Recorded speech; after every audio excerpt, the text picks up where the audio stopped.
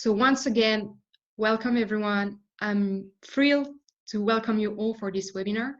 Thanks a lot for joining us. That's a first for me as a host. And actually that's the first for SWinG, the project that I'm leading on behalf of the French Federation for Company Sport. SWinG, as you all know, is all about opening the doors for more diversity in sport organization and sport boards. And we are now launching a new initiatives that are these webinar series, where we are hoping to provide a bit more knowledge and access to some role models. Actually, through the first 3 sets of webinar, you're gonna have access to some of the role models from the partnership. And the aim with this first webinar will be to discuss the topic of self-leadership. And I'm thrilled and grateful to have today Marijke Fleuren with us.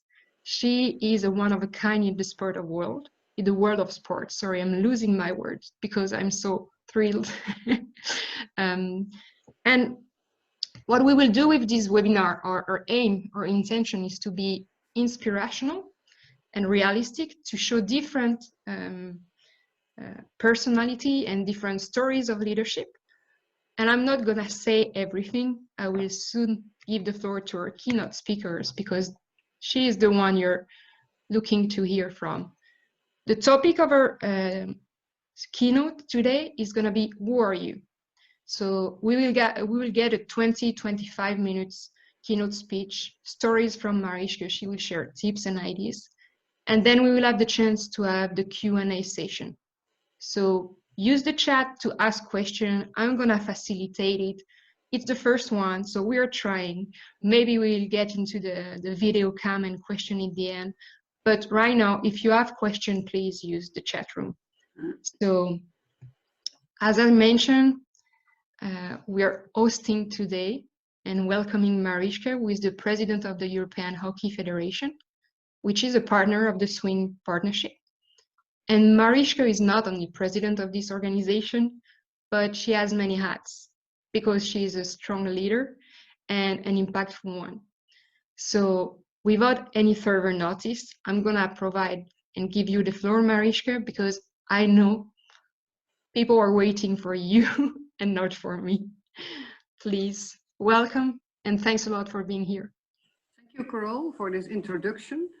Welcome to all of you this early morning. Fantastic that you have made it. I'm not sure that all of you are really sports persons, so I will explain a little bit who am I. I'm indeed leading the European Hockey Federation, 1 million hockey players. Development and competition are our main business. We have a board of 12, 6 men, 6 women. We have a staff of 7, 4 men, 3 women, and we are running the business all together. That brings forward immediately my style of leadership. What I try to do is make people empowered, enthusiastic to follow my vision, and that I don't have to push anybody, but just bring themselves to follow me. Not as a dictator, but just as somebody who inspires them and let them work in their own way. I'm next to that, I'm the FIH board member. FIH is our world body. There I am a member because I'm the president of Europe, as are the other continents represented, and 8 elected members, also 4 men and 4 women. I have the privilege to be in the commission of the IOC, Women in Sport. Very interesting commission because it's a gathering of all kinds of women, also men all over the world. And the most important, of course, are the gold medal winners in this commission. Then we have started as EHF also in Champions League hockey. That's what we call the Euro Hockey League. That's a profit-driven organization. And what we try to do is play hockey at the highest club level. And what I can see is that the members in Europe love it. Not only the members and the players, but also the coaches. It seems to be a big success. And as a leader, that's always a surprise that when you get compliments about the product from all sides, because in a way you are not used to that. but with the Champions League for hockey, we are getting it. And last but not least, I'm a partner in SWinG, what is led by Carole very well. And what this SWinG partnership brings us, and also to me, is a strong insight to the backgrounds, what is hindering us, what is preventing us to act equally. And my strong view is that acting equally from a board, from a committee, from a government, from a parliament, it doesn't matter, is really key to make the right decisions. Of course, I will come back on the crisis of the moment, and there I will also give you an example where you can see how important it is that we are represented both. So that's my introduction to now. Next slide, please. The title of this webinar was, Who Are You? And don't be afraid, I don't start to talk with you about your personality and about your own things, because you have to realize you are much more than only a woman at home, a woman in your work, in your sports, in your social life. You have a lot of different roles to play. And maybe you can recognize, if you have a look around to your friends, that you see that you all have all kinds of friends. And maybe these friends are not very linked to each other, but they are all linked to a part of your personality. When we are talking about leadership, I think it's good to realize what positions you are taking in that case. And that's what I wanted to talk about today. First of all, if you lead an organization or a committee or whatever entity you are leading, you are the one who must be the most proactive. You have really to drive the situation. And I come back on this role in the next slide. But what we often forget is that next to the leading part, we are also a person who has different roles to play. And these different roles to play are very important to know, because it helps you at certain moments to realize, oh, I have to act in a certain way. First of all, because you are a leader, of course, you have to manage the process of leadership. And in the next slide, I will explain what I think is the best way. Next to that, you must realize that you are always a role model. Whatever you do, if you are in your leading role, or if you are doing shopping, if people see that your behavior is different than what you are preaching in your leading role, then you lose your credibility. So indeed, understand that in a lot of situations, you are indeed a role model for somebody else, and you must be credible in that, always. So that's quite a heavy role, I think, because of course sometimes you are angry or maybe not very official, but still always realize that some people think that you are important and that you have to behave in that way. The next role you have to play is the communication role. And I think this is a role where I can talk about hours, especially, and now I will come back on the crisis, in this time. You have to realize in this time where there is a lot of uncertainty and a lot of fear for what is happening around us. And I think that all of us slowly start to understand that we are not running a sprint, but that we are running a marathon at the moment. So it will take a long time before we can start again. Maybe till there is a serum found out that we can use to prevent that we get the disease. If you, as I am at the moment as a leader of the EHF, are driving the process of cancellations of tournaments, you have to take into account a lot of stakeholders who you are addressing. So it's not only, for example, the national associations, and in our case also the clubs, but you also have to work with officials, with umpires, with volunteers, with players, of course. All people have a certain expectation that they would play hockey with the Eastern Day or with the Whitsun days. And all are afraid at the same moment, is it possible to travel? And what for me was clear, for me it was the first time that I was in such a crisis, that next to the fear for what was happening, the uncertainty was the next big hurdle for everybody. So we, my board and myself, and supported by our staff, thought we have to take action in the right way. We must be informed as well as possible, and then we can take action, for example, together with the host. Not about the host, but together. And what I mean with the host is the host who is hosting a tournament. For me, that's all normal, of course, but maybe for you, it's new. All our tournaments have 8 teams and have one host, and this host is in all parts of Europe. We would play an under 18 tournament in Kazan, in the far end of Russia. And also with them we have to communicate, however it's a different language. So we always are hoping that one person can speak English quite good so that we can talk on the same level. If you are talking about communication, then it's not only on these official moments. If you have a cancel a tournament or if you have to work with a crisis. There are a lot of different moments in between that communication can make or break you. So what is needed for this role? That you are really interested in people. That people understand that it's not only the hockey that brings you to them, but also the interest in their personally. And what I have realized through the years, and I'm now a long time involved, I think, is that small moments of having a coffee, of a wine, or having a WhatsApp communication, in the end play a big role in the way we can make progress together, even in difficult situations. And you can imagine in this crisis situation, it's not always easy because it costs money.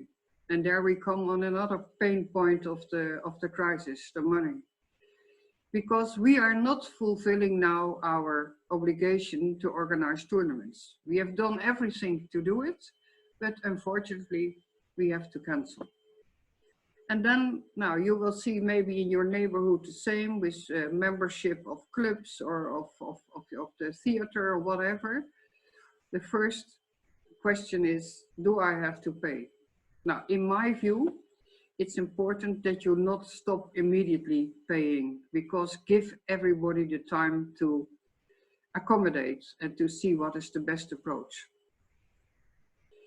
When we were discussing the crisis, coming back on communication, it was also very important that we described some principles.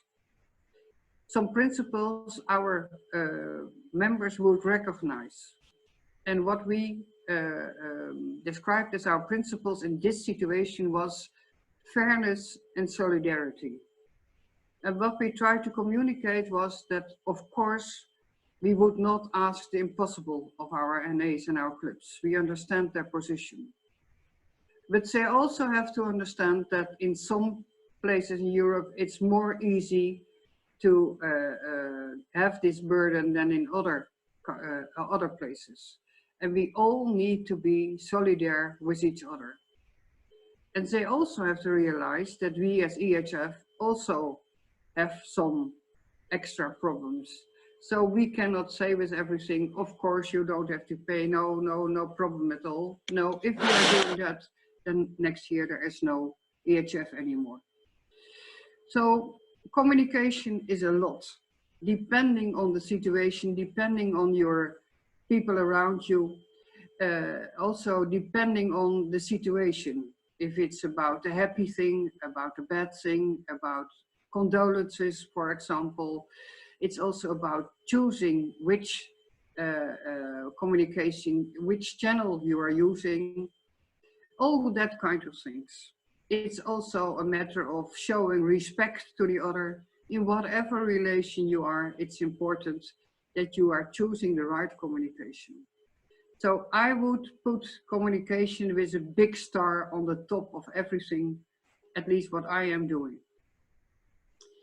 Then I come to the next role, and that's you are the one who has to act if needed. And I think all of you will recognize. If you have kids, then you know that if you are not doing what you are promised them to do at a certain moment, then you are losing your credibility, if it's in a good way or in a bad way.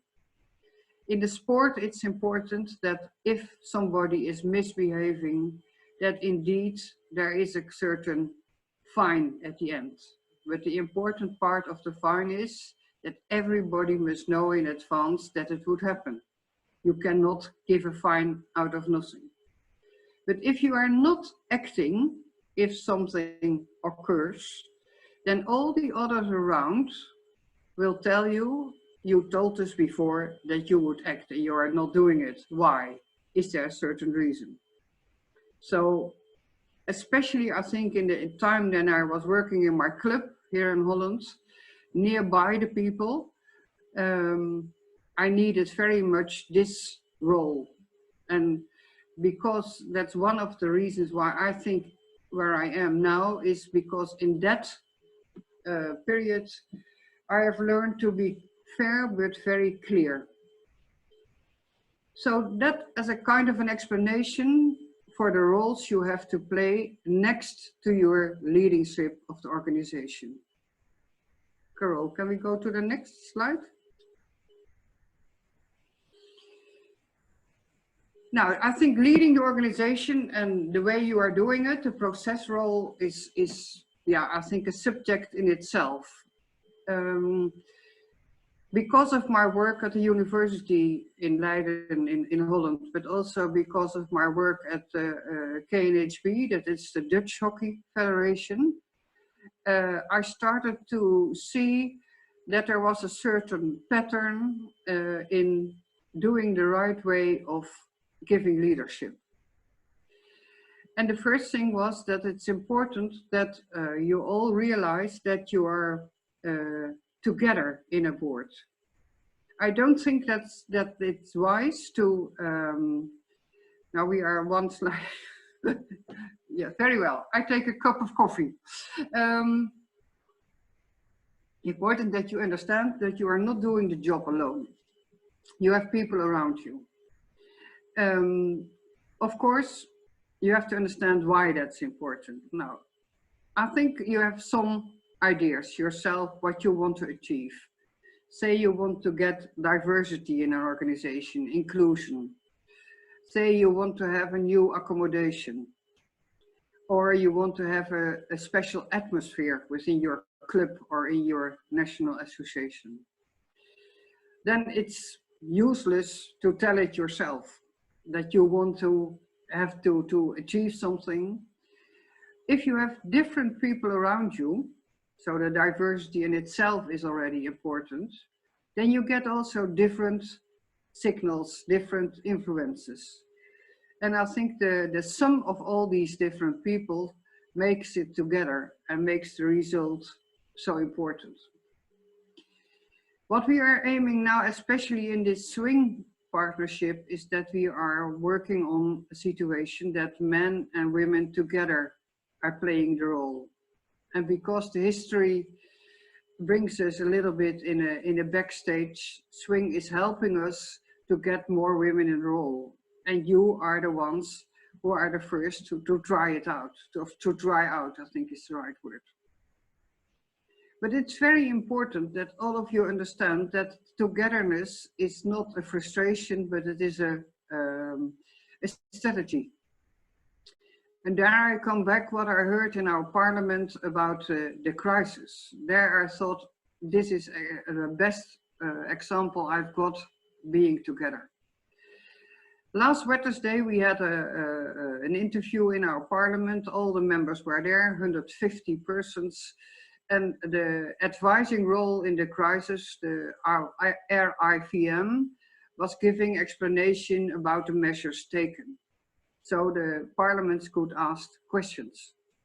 And it was very interesting to listen to the questions of the women and the questions of the men. Nearly all the women had a part of a question asking how it was possible or when it was possible to see all your beloved ones again, when it would be able for the grannies to see their grandkids, when it was the moment that kids could go to school again and people could start to work again. It was a lot about people.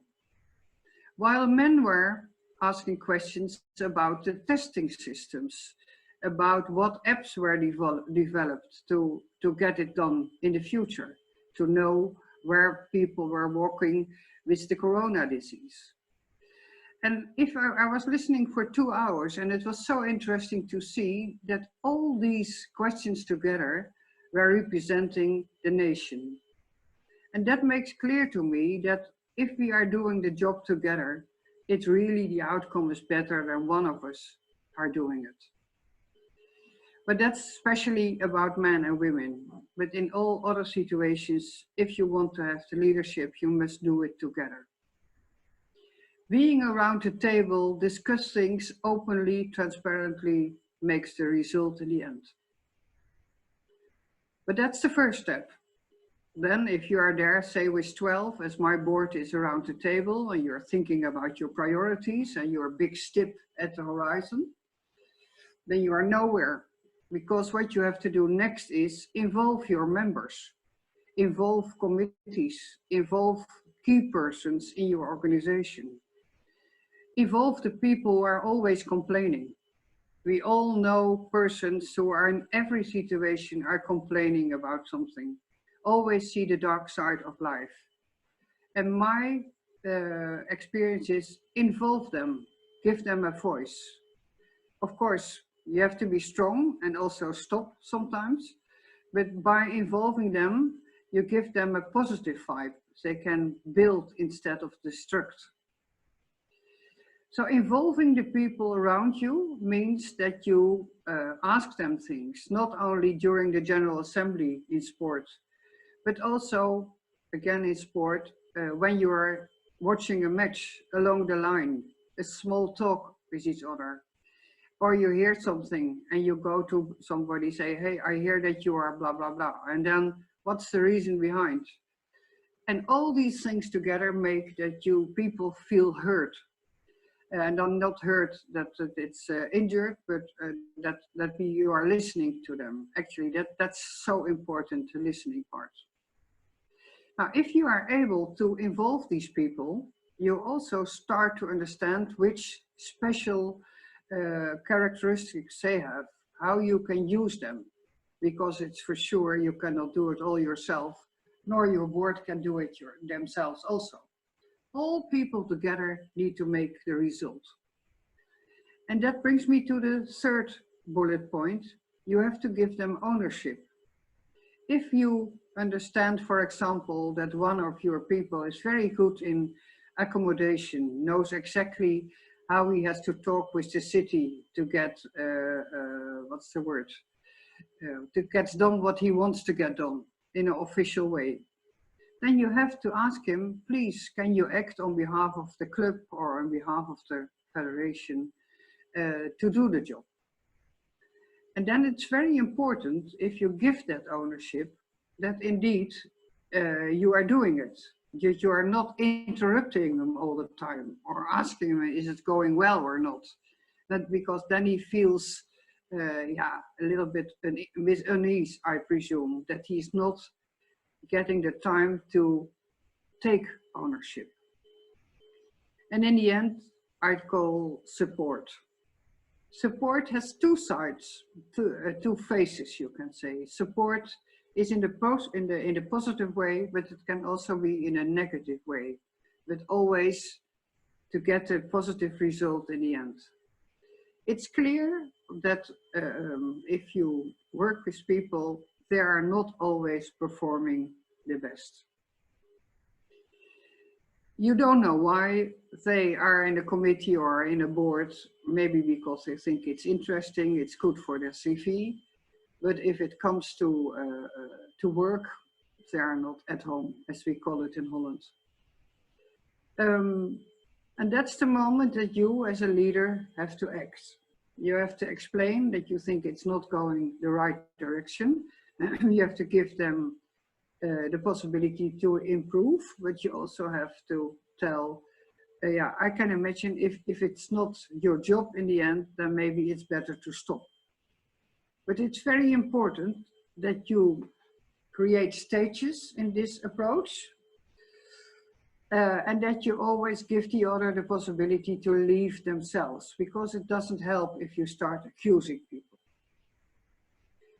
But strange enough, the other side, to give compliments to people, to say it's going well, seems to be as hard as saying not the most nice things. One of my advices to you is think of it, and maybe you can think about giving a compliment every day. In my view, and I'm really trying to do it, not artificial, of course, only when I really think so.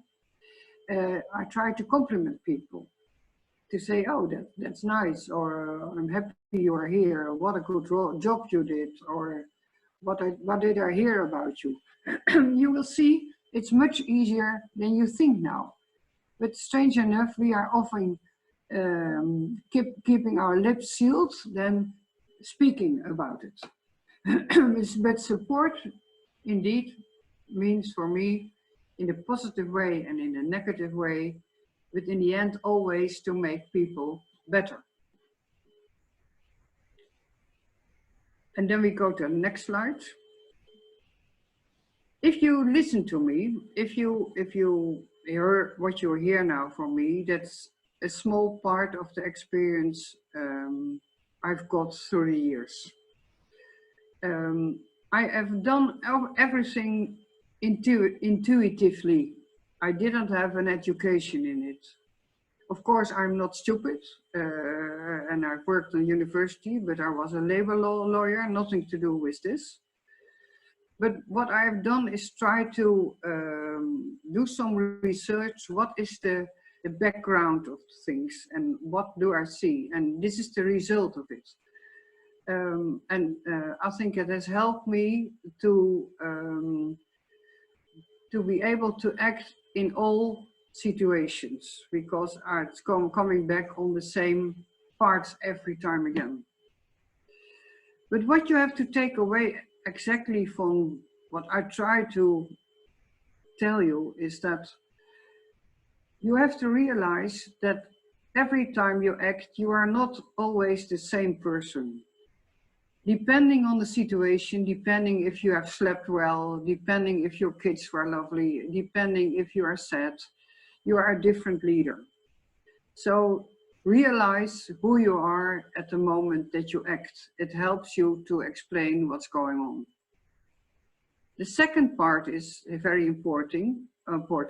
Who is the other? Is the other a volunteer? Is the other in your job a paid person? Is the other a friend, or is the other a very important person?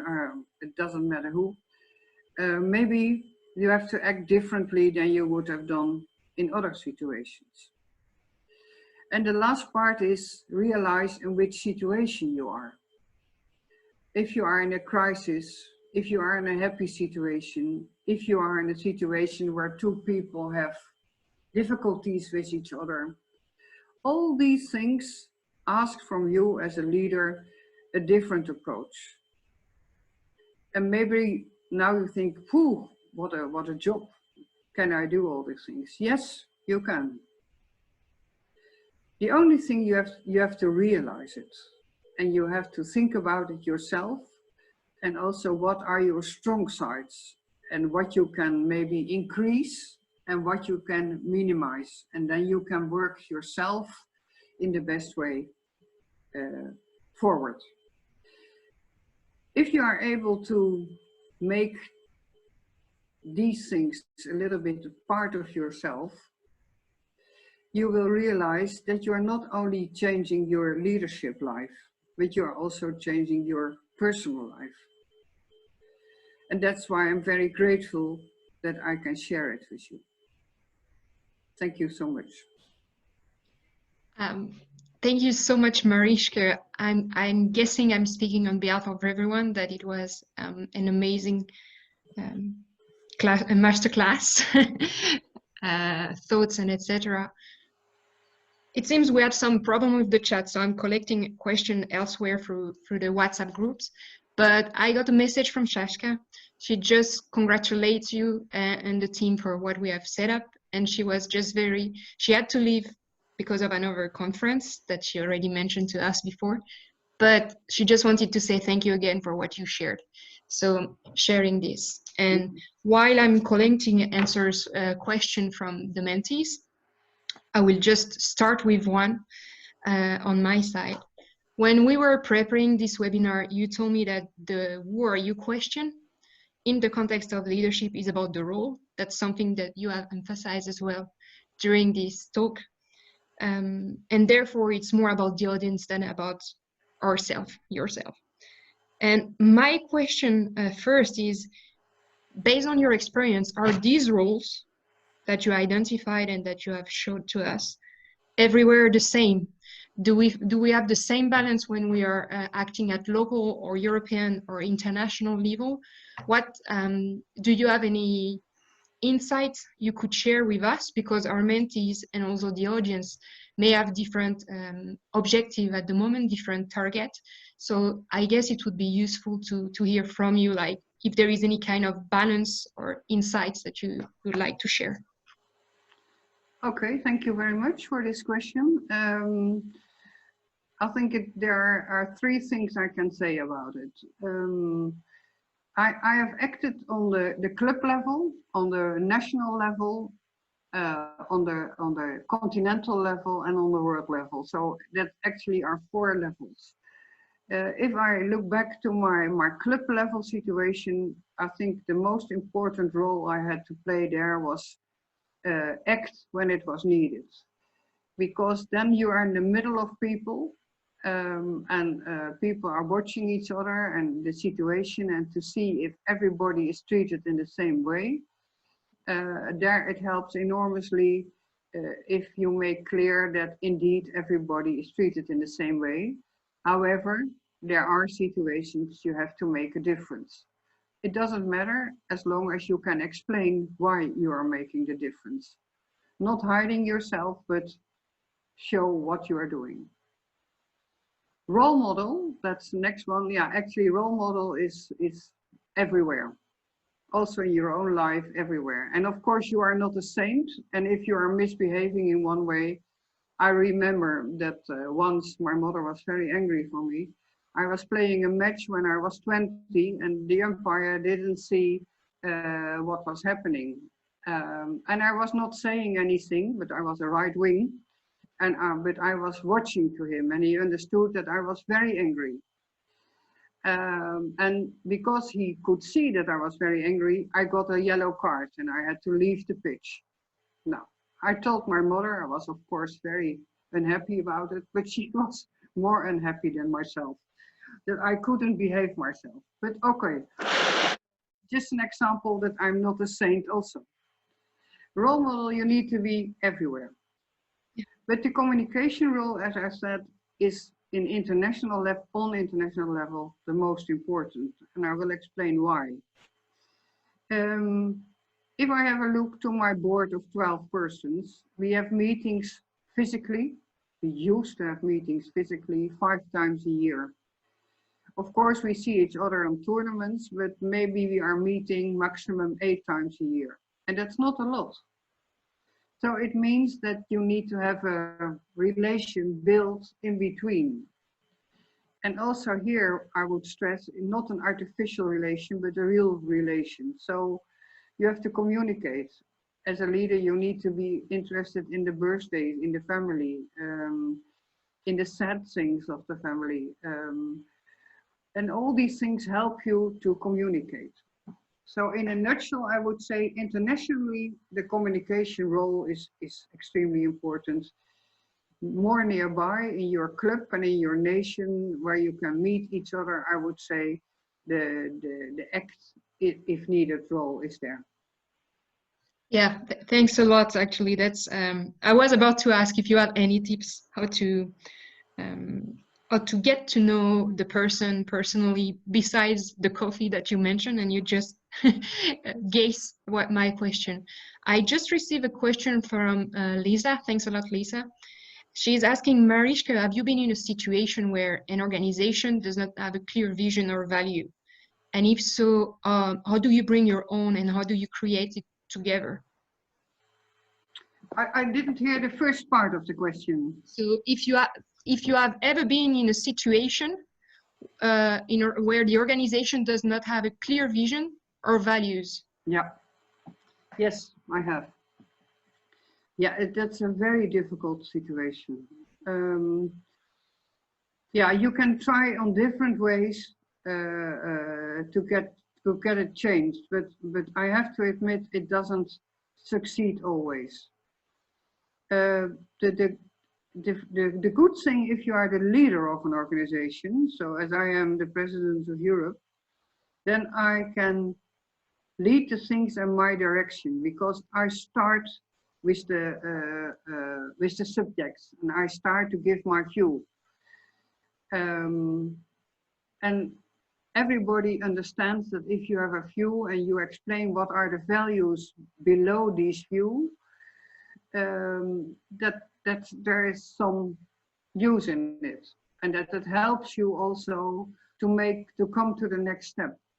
But if you are a member or you are an employee and you cannot take the lead about this, then it is much more difficult. I would advise, if it happens to you and you have a clear view, try to have a conversation with the boss, your staff, or with the president, to discuss what you think it's important to discuss. And of course, it helps always if you have some people who are having the same opinion.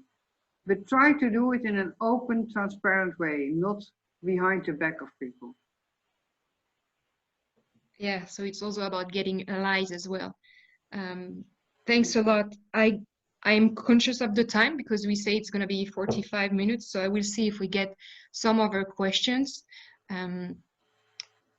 We got one from Mariana, so I'm going to share it. And what I will say as well is probably, if you agree, Marijke, if we get some other question, that I can send them to you and you can send a reply to all of us with the answer, whether recording or not, but just to make sure everyone has a chance to get insights from you. So Mariana saying it's natural to make mistakes, but leaders tend to be scrutinized, especially women. And how do you act in this situation? Ooh, no, that's a good question. Mariella, it depends, of course, of what I was describing before, the situation. If you have slept well before, if you had a nice experience or anything else, that makes that you approach scrutiny in a different way. But in general, I have to say that it still annoys me. Because it's so unfair to approach women in this way. But my weapon is always that I try to be strategic. I try to have a clear theory about why things are the way they are. And that I understand that from history on, men and women were not equal. That the newspapers, the history making, everything was not neutral. It's made by men. You have to read a lot about it, and you start to see it also. And nobody can help it was that way, but it was. So we have to make a journey to get our own place next to them. And the only thing we have to do, we need to help them a little bit. Yep. And what I always do is that I stress that we have to do it together. I'm not against them, but I want to do it together. And then you need to have some good examples, and maybe it helps. But if somebody is really, yeah, what's the word, not receptible to change, yeah, no, you just ignore him and go on. But don't be insulted yourself. That's one. And secondly, stay at the table. That's one of my big advices, because your first reaction is, thank you very much, I leave. No, and I got that advice from a very important woman from the United States. Her name is Beth, but I've now forgotten her second name. She's a member of the Olympic Committee, and she was the vice chair of Ernst & Young in the United States. And I followed a lecture from her, and she said, one of the important things, I've always been between men, under men. One advice is, don't leave the table, stay there. Yeah, that's amazing, because that's where we belong, by the way. That's a good sentence. I've been asked to turn on the camera so that we can just have a quick screenshot, all of us, and be happy to see each other. I guess it's more important now than ever. So thanks a lot, Anfisa, for suggesting it. I will try to do it. And while I will make this setup, I would say, Marijke, maybe can you challenge our mentees with one thing that you would like to invite them to do in the next 2 weeks, so that they leave with a kind of invitation from you, if you have any in mind? Ooh, to challenge you. Yeah, maybe if as a follow up on this webinar, think about what you think is your best role of the 4. What is your strongest part? And have a look if you can use that more than you did before.